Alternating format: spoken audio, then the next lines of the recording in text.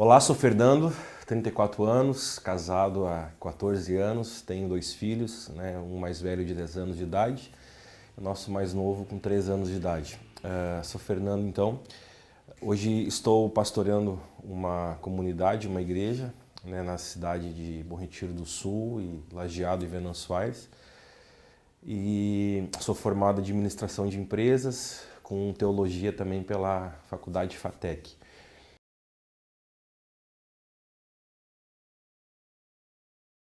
Se nós acreditamos que todo ser humano ele nasce com um propósito, e quando nós encontramos nosso propósito, a qual Deus, o nosso Criador, nos colocou no mundo, a nossa vida ela passa a ter um sentido.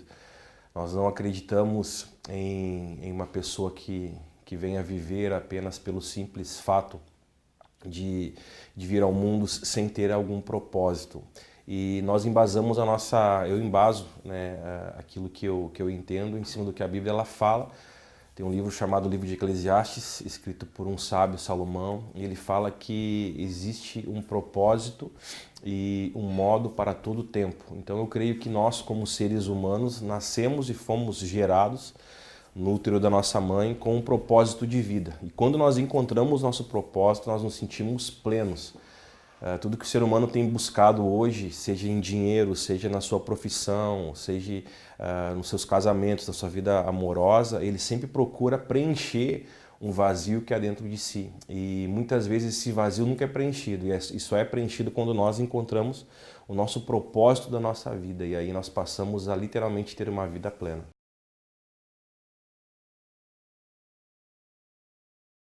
Tem um livro na Bíblia que foi escrito por Salomão, vou mencionar ele de novo, chamado Provérbios. E esse livro, ele fala, tem um versículo muito interessante que ele diz: ensina teu filho o caminho que ele deve andar, e quando ele ficar na maioridade não se desviará dele. Nós não acreditamos em algo chamado religião, porque hoje o que eu entendo, o que a Bíblia fala, a religião ela foi algo criado pelo homem. E a religião ela te coloca limites da tua vida, ela te coloca aquilo que é correto, aquilo que é errado. E a religião ela muito mais te afronta do que ela constrói dentro de você aquilo que Deus quer que você seja. Então nós, com nossos filhos e com as pessoas que assim estão conosco nessa comunidade de fé, nós ensinamos nossos filhos aquilo que nós estamos aprendendo da parte da Bíblia, do Senhor, e eles decidem em seguir, em andar nessa verdade ou não. Mas volta a salientar, nós não acreditamos, eu não acredito em religião, porque a religião ela te aponta os erros, ela te aponta as tuas imperfeições. E Cristo, ele te aponta a verdade. Então nós preferimos um estilo de vida do que uma regra e uma religião.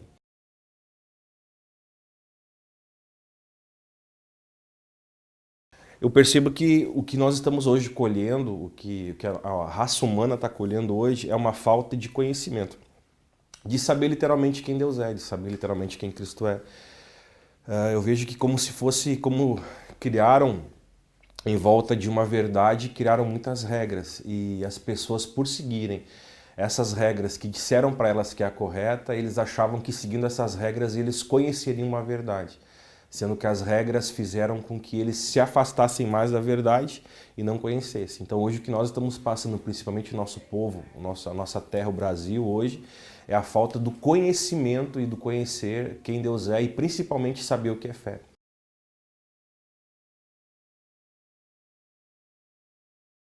Hoje as pessoas elas vêm estar conosco e conversar conosco para conhecer o que literalmente é verdade.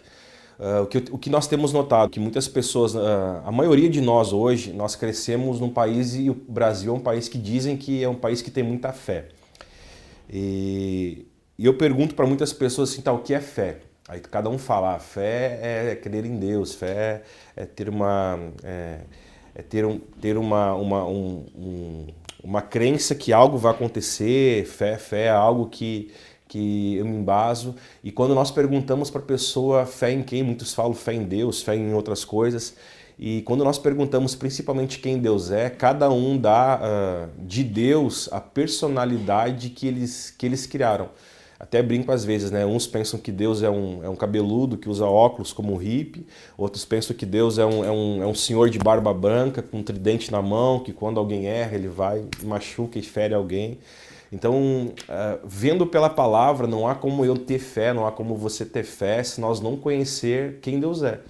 E eu creio que hoje as pessoas que estão conosco, caminhando conosco, e as pessoas que vêm até nós, muitos querem saber e conhecer literalmente quem Deus é, quem Cristo é. Eu vejo que a nossa maior busca nesses dias é literalmente conhecer Cristo. E o conhecimento está não apenas no saber quem Ele é, o conhecimento está na forma como eu me relaciono. Então, a maioria das pessoas que nós conhecemos hoje, que estão caminhando conosco, é porque elas estão buscando conhecer Ele, conhecer quem Cristo é, conhecer quem Deus é.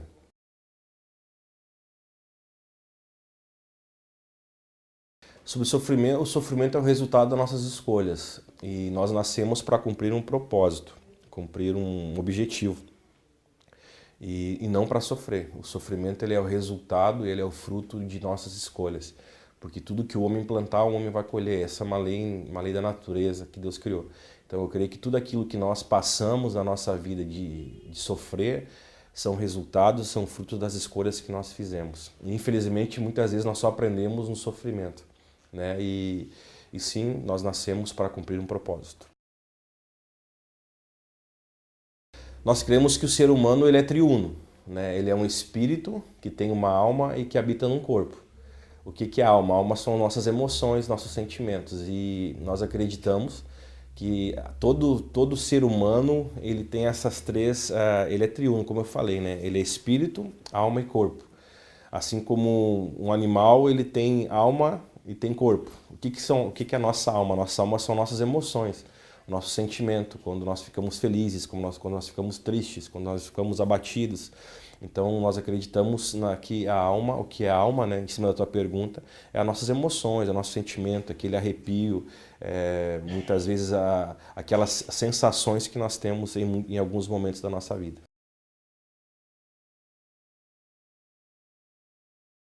Minha visão de amor, que amor é um mandamento. O que tem faltado hoje na humanidade é literalmente amar.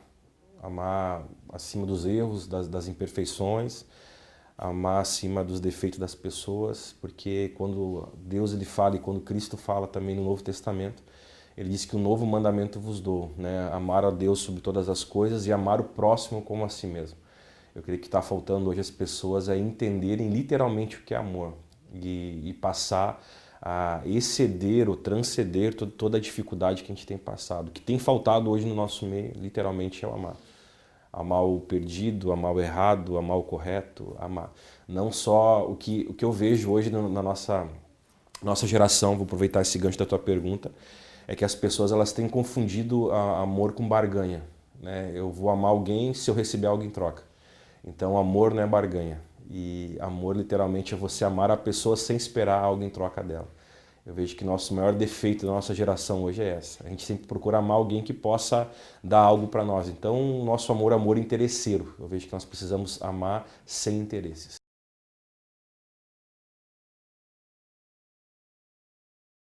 Eu creio que vem primeiro amar a si mesmo e depois amar o próximo.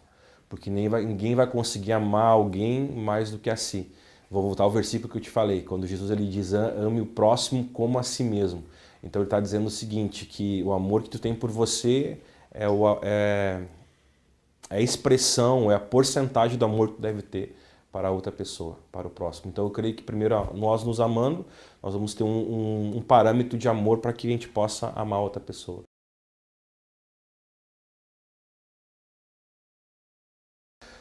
Ninguém pode dar o que não tem. Eu creio que hoje para nós levarmos amor a outras pessoas, nós precisamos ter esse amor. Tem algo muito legal de nós entender que todo mundo conhece essa oração, que muitos falam que é a oração universal, que quando Cristo ele deixa um modelo de oração, né? Ele fala, Pai nosso que estás nos céus, né? Perdoai nossas dívidas, assim como nós perdoamos aquele que tem nos ofendido. Resumindo essa oração tem muitas verdades que a gente precisa entender e muitos oram ela ou rezam ela sem entender a grandiosidade disso. E em cima dessa oração tem algo que é uma chave, que ele ensina o seguinte: perdoe as nossas dívidas, assim como nós perdoamos aqueles que nos ofendem ou que nos devem. Então, Cristo, Jesus, estava dizendo para nós que Deus e Ele perdoaria nós na mesma proporção em que nós perdoamos quem nos ofende. Então imagine você que está me ouvindo, imagine nós que estamos aqui. Tem pessoas que nos ferem, que nos devem, pessoas que nos magoam, pessoas que falam mal de nós, e nós criamos algum tipo de sentimento ruim contra aquela pessoa, e aí nós oramos e falamos, Deus, perdoa a nossa vida como nós perdoamos alguém, só que nós não perdoamos. Então eu creio que para levar amor ao próximo, nós precisamos primeiro conhecer e saber o que é amor, e aí quando nós tivermos isso, nós podemos oferecer e dar algo a alguém. A Bíblia tem um versículo que fala que ninguém dá o que não tem.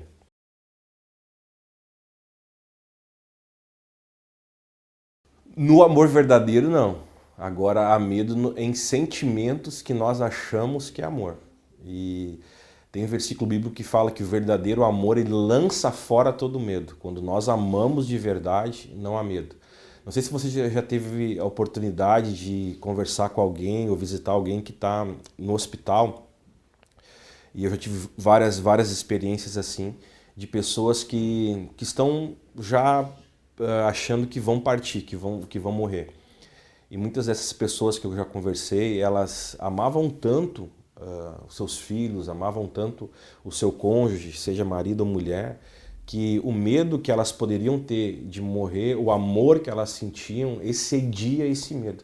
E elas tentavam sempre pacificar e trazer uma calma à família que talvez a própria perderia. Então eu vejo que nesse momento aquilo que a Bíblia fala e se concretiza. Porque o perfeito amor, ele lança fora todo medo. O que é o perfeito amor?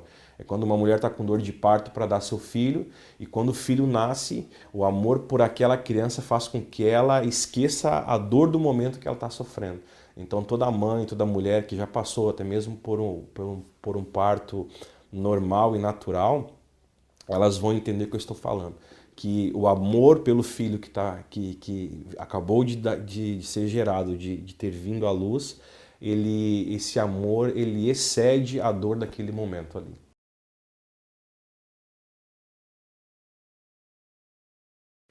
Eu acho que pode virar uma utopia. Hoje eu não consigo ver a questão da unificação e da pacificação. No livro de Tiago, na Bíblia que todos podem ter em casa, até mesmo no telefone ou online, capítulo 4, versículo 1 fala o seguinte: De onde procedem guerras e contendas que há entre vós? De onde senão dos prazeres que militam na vossa carne? Cobiçais e nada tens, matais, invejais e nada podeis obter. Viveis a lutar e fazer guerra. Nada tendes, porque não sabem pedir. Aqui Tiago está falando que as guerras elas vêm dos prazeres que militam dentro do ser humano. Por que há guerra hoje? Porque cada um quer defender a sua própria vida. Porque o Deus das pessoas é o ventre delas. É como a gente tem falado, eu falei isso até na semana retrasada, na igreja onde nós pastoreamos. Nessa crise que deu no Brasil, da paralisação dos caminhoneiros, todos nós como brasileiros reclamamos da corrupção. E a gente grita e a gente está gritando por um grito de liberdade. Né? Que os corruptos caiam por terra, que venham políticos honestos, que parem de nos roubar, parem de tirar de nós aquilo que nós suamos para obter. Só que se nós formos ver a corrupção que está hoje em Brasília, que está no governo hoje, ela nada mais é do que o próprio resultado de quem o ser humano está se tornando. Aí o mesmo ser humano que tá gritando contra a corrupção do político é o mesmo que está na fila do açougue e se ele tem dinheiro ele quer levar todas as carnes que o açougue tem, não pensando na pessoa que está atrás dele na fila. Então o que é isso? É própria corrupção. Então por que eu vejo, por que existe essa guerra hoje que a gente está vendo? Porque é cada um tentando alimentar o seu próprio Deus. Qual Deus? O seu próprio ventre. Todos os seres humanos hoje, a guerra que há, a corrupção que há, é porque cada um quer poder defender o seu clã, a sua casa, o seu eu e seu ventre. Ninguém mais pensa no próximo. Eu mesmo tive uma experiência de quando eu cheguei, eu estava na fila do mercado, no açougue, e havia, acho que os últimos 3 pedaços de carne no dia na mesma semana que aconteceu essa paralisação, e não estou aqui falando de mim, que eu sou bom ou não, mas que eu achei interessante que havia 13 e o rapaz olhou para mim e perguntou: o senhor quer levar todos? E eu até poderia levar aquelas 3 peças, só que atrás de mim tinha uma fila de mais ou menos umas 8, 9 pessoas. falei, não, vou levar uma para mim, pode para mim poder me alimentar hoje, se não tiver amanhã eu vou dar um jeito, mas para que possa a pessoa de trás também levar. Então eu creio que a corrupção que nós estamos colhendo hoje na nossa nação é o resultado e o fruto daquilo que nós vivemos na nossa própria vida, na nossa vida local e no nosso bastidor. A corrupção é quando alguém erra o troco e nós ficamos quietos. A corrupção é quando nós achamos algo que nós sabemos que é do dono e levamos isso embora. Então a corrupção que a gente está colhendo hoje na nossa nação é o fruto de quem o ser humano está se tornando.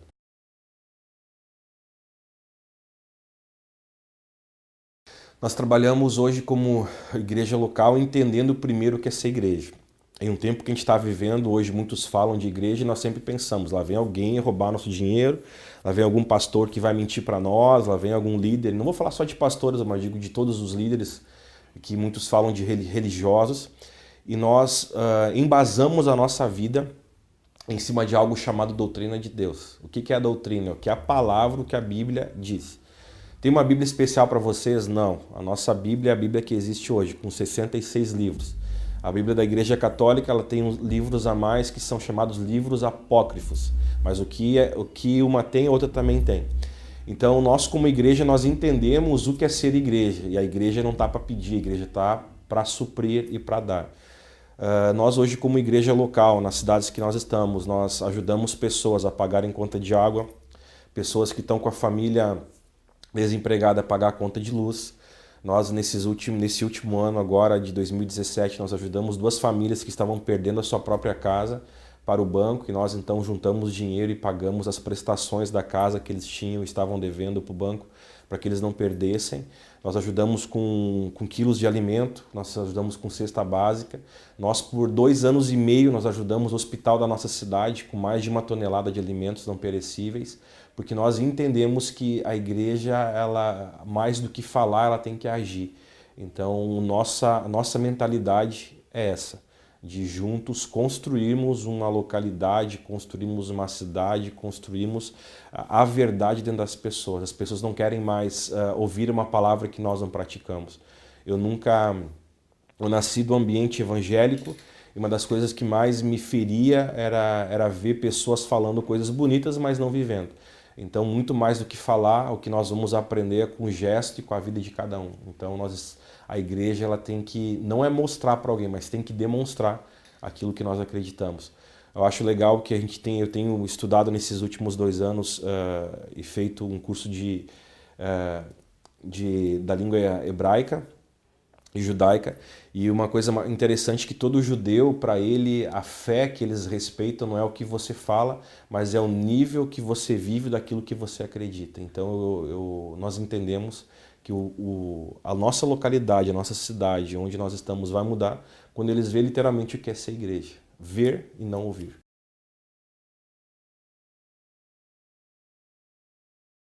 No livro de Hebreus, capítulo 13, tem um versículo que ele explica muito bem o que é a palavra fé.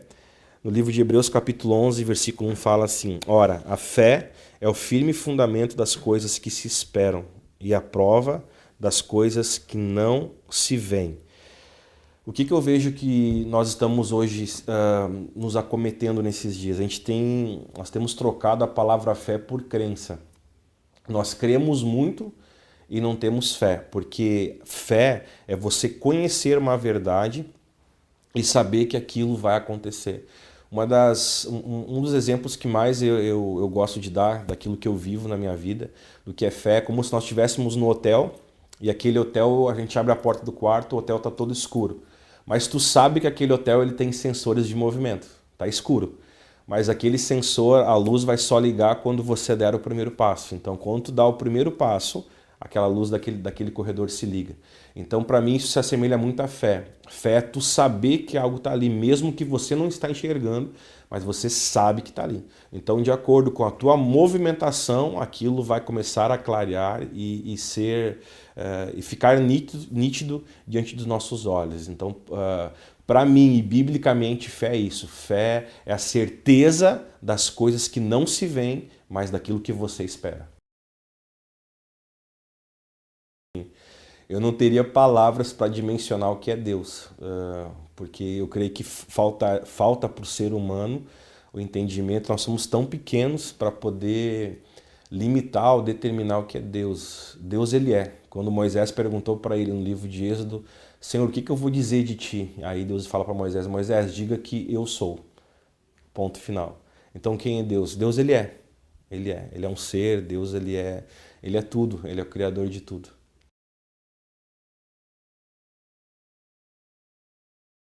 Ou melhor, não, porque não existe dois tipos de fé. Existe um tipo de fé só. A fé que o ser humano precisa ter. E onde nasceu a palavra fé? Quando a gente faz sobre teologia, a gente começa a estudar a lógica de tudo aquilo que a Bíblia fala, né? E no livro de Gênesis, capítulo 1, diz que quando Deus criou o homem e a mulher, ele colocou ambos num jardim na localidade do Éden. E quando o homem ele errou, ele pecou, ele transcendeu uma lei divina, a Bíblia fala que os olhos deles se abriram. Eles não eram cegos, mas que tipo de olhos se abriram ali? Aí diz que então o homem foi expulso desse lugar chamado Éden, que significa prazer. A partir dessa saída do homem desse lugar, o homem precisou a ter fé. Por quê? Para que o homem pudesse voltar a enxergar daquela cosmovisão da onde ele havia perdido. Então não existe fé divina e a fé humana, existe uma fé e o que é fé? É nós voltar a enxergar da maneira que nós éramos antes de pecar, antes de errar.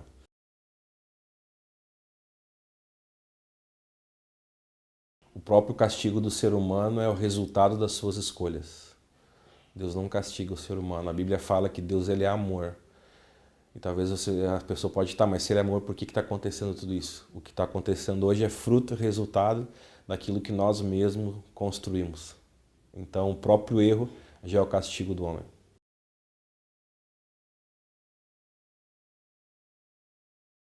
A conexão com Deus é buscar conhecer quem Ele é nós se abrir literalmente para quem Deus é, conhecer a verdade.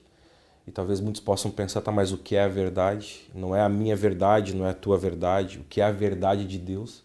Então, quando nós conhecermos essa verdade, nós vamos passar, através dessa verdade, conhecer quem Deus é e a partir daí nos comunicar com o Senhor. A comunicação é através da nossa oração, da nossa vida, do nosso dia a dia e da nossa sensibilidade de conhecer e saber quem Deus é.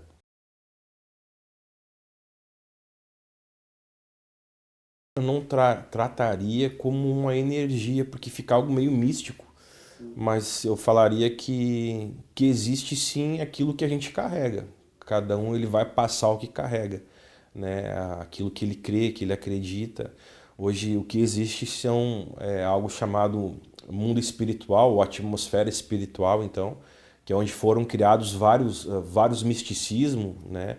Como o espiritismo, como outros tipos de segmentos religiosos em cima dessa atmosfera que é real, que muitos sentem, outros não sentem, mas tem alguma não é nem crença, mas é o próprio sentimento mesmo, aquela sensibilidade. Então sim, existe isso, é daquilo que cada um de nós carregamos.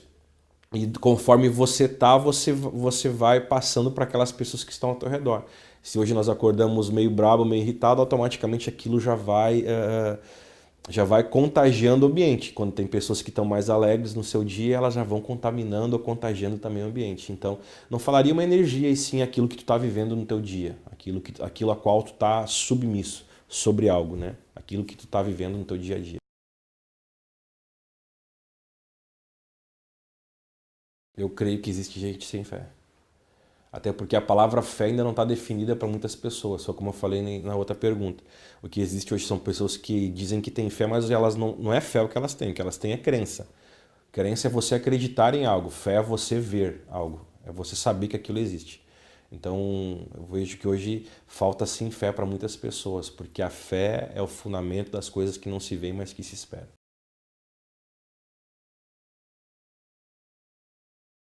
Minha concepção disso é que existe algo que ambos Deus criou, o céu quanto o inferno. O céu é onde que está a presença de Deus e a sua divindade, e o inferno é onde está a ausência de Deus. Então existe céu e inferno, sim.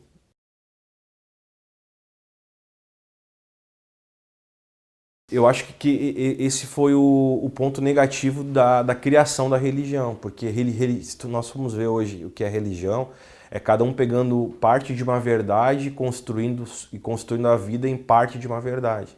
Eu creio que muitas religiões hoje carregam parte de uma verdade, só que uma parte e não toda a verdade. Por isso que eu volto a salientar, eu não tenho religião.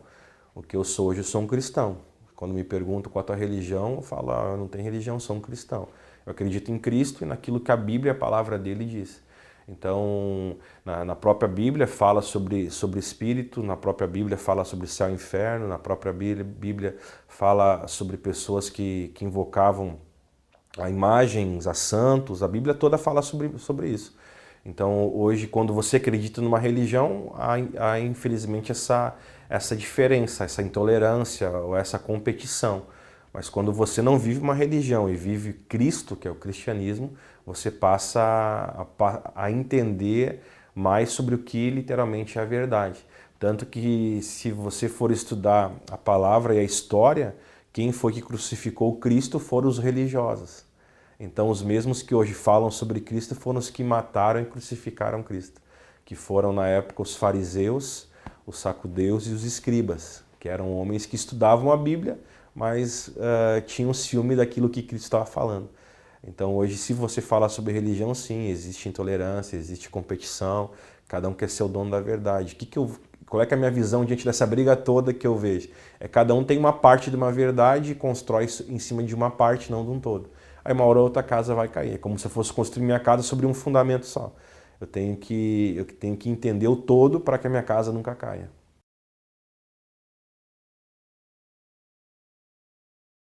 Eu creio que o julgamento hoje é a ausência de entender quem Deus é. Eu poderia falar assim. Por que existe julgamento? É porque as pessoas, cada um, como eu falei antes, cada um tenta defender a sua verdade e a defesa da verdade atacando o outro. Eu acredito que construir uma verdade em um lugar de verdade, aquilo que eu construí vai denunciar aquilo que está errado. Eu vejo que eu não preciso denunciar o errado, eu vejo que eu preciso construir o que é certo, porque quando você constrói o que é certo, a construção do correto ela acaba por si só em silêncio denunciando aquilo que está errado, que tá fora do padrão correto. Então eu vejo que hoje o que existe de julgamento são pessoas que também estão fora de padrão, tentando justificar os seus erros, julgando e condenando os outros também que estão errados, tanto quanto ele.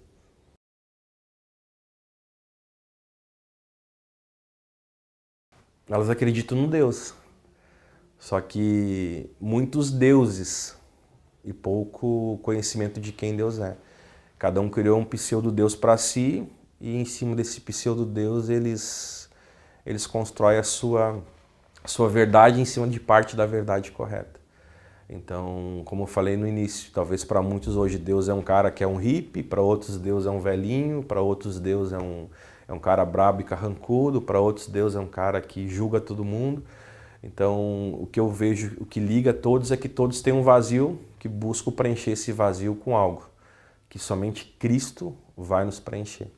Eu vejo que esse é a nossa busca nesses dias, é conhecer a verdade.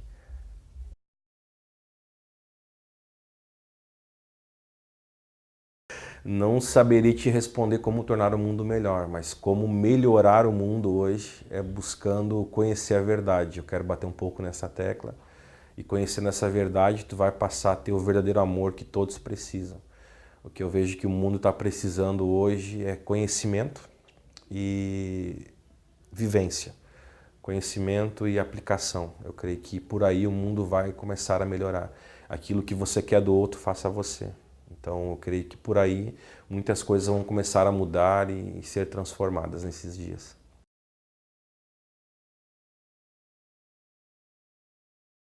As pessoas morrem porque acabou o seu ciclo de vida. Ou muitos morrem hoje porque não alcançaram o seu propósito de vida, e muitos morrem hoje por escolhas, por uma falta de cuidado. E Deus ele nos dá a opção de viver aquilo que Ele tem para nós ou aquilo que nós achamos que é o melhor para nós. Então a morte ela é o resultado do fruto chamado pecado e de algo chamado erro. Então as pessoas morrem porque é necessário porque a nossa vida tem que ter um limite, tem que ter um prazo, E eu até falo, né, que nós já nascemos morrendo, né? Quando nós ganhamos filhos ou nós nascemos, o nosso relógio biológico ele entra em contagem regressiva, né? Se é 80, 90 anos, já começa a entrar em contagem regressiva. Então nós morremos porque temos um limite de vida e precisamos vivê-la da melhor forma.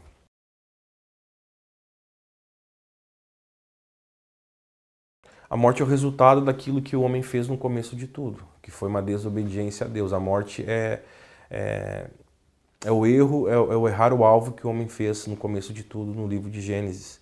Então a morte ela é o resultado disso. Então tudo aquilo que o homem vive hoje é fruto das suas escolhas do passado.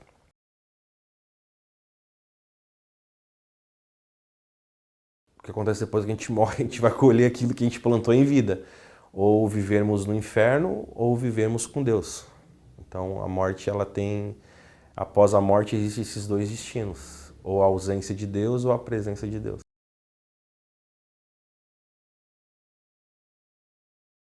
Sim, existe vida após a morte, sim. Segundo o que a Bíblia fala, tudo que eu respondo é em cima do que a Bíblia diz. E não existe um julgamento, mas existe uma... podemos dizer sim que é um julgamento. Existe o julgamento daquilo que nós fizemos, onde nós vamos passar a nossa vida eterna, a nossa eternidade. Ou na ausência de Deus ou na presença de Deus. E tudo isso é o resultado do que nós vivemos em vida. Eu vejo que o homem hoje ele se preocupa após a morte, mas ele não se preocupa em vida. Então você vai passar com aquilo que você passa mais tempo. Então, sim, existe vida após a morte, sim, eu creio e acredito que existe céu e existe inferno.